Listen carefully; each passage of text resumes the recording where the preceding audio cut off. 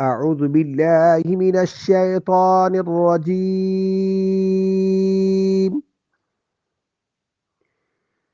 بسم الله الرحمن الرحيم.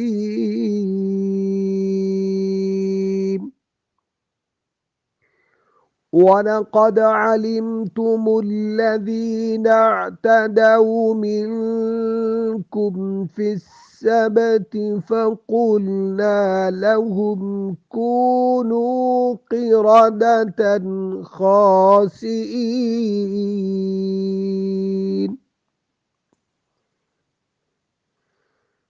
فجعلناها نكالا لما بين يديها وما خلفها وموعظة للمتقين.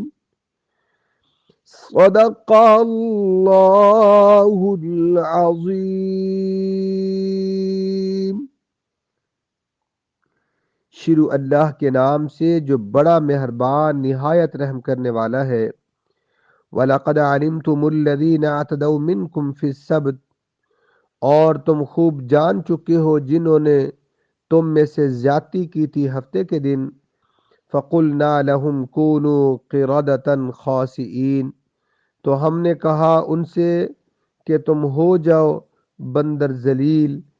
فجعلناها نکالا لما بین یدیہا، پھر کیا ہم نے اس واقعے کو عبرت ان لوگوں کے لیے جو وہاں تھے، وما خلفہا، اور جو پیچھے آنے والے تھے، وموعظۃ للمتقین، اور یہ نصیحت ہے ڈرانے والوں کے لیے.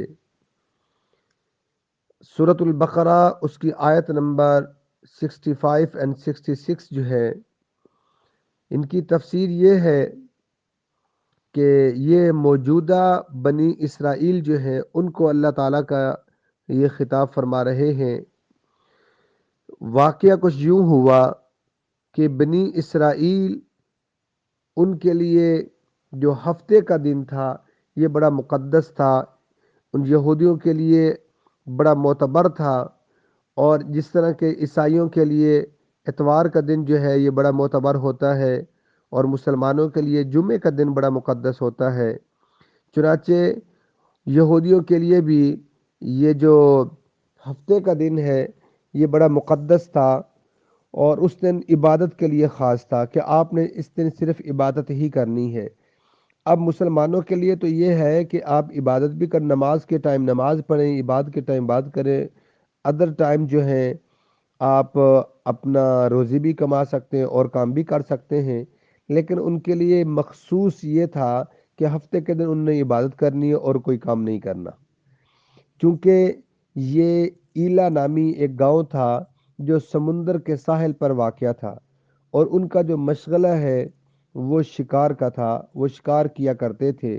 یہ حضرت داؤد علیہ السلام کے زمانے میں یہ واقعہ پیش آیا. تو اللہ تعالیٰ نے ان سے کہا کہ ہفتے کے دن تم نے عبادت کرنی ہے. چنانچہ انہوں نے کیا کیا کہ ہفتے کے دن بھی وہ شکار سے باز نہ آئے، ہفتے کے دن بھی وہ شکار کیا کرتے تھے.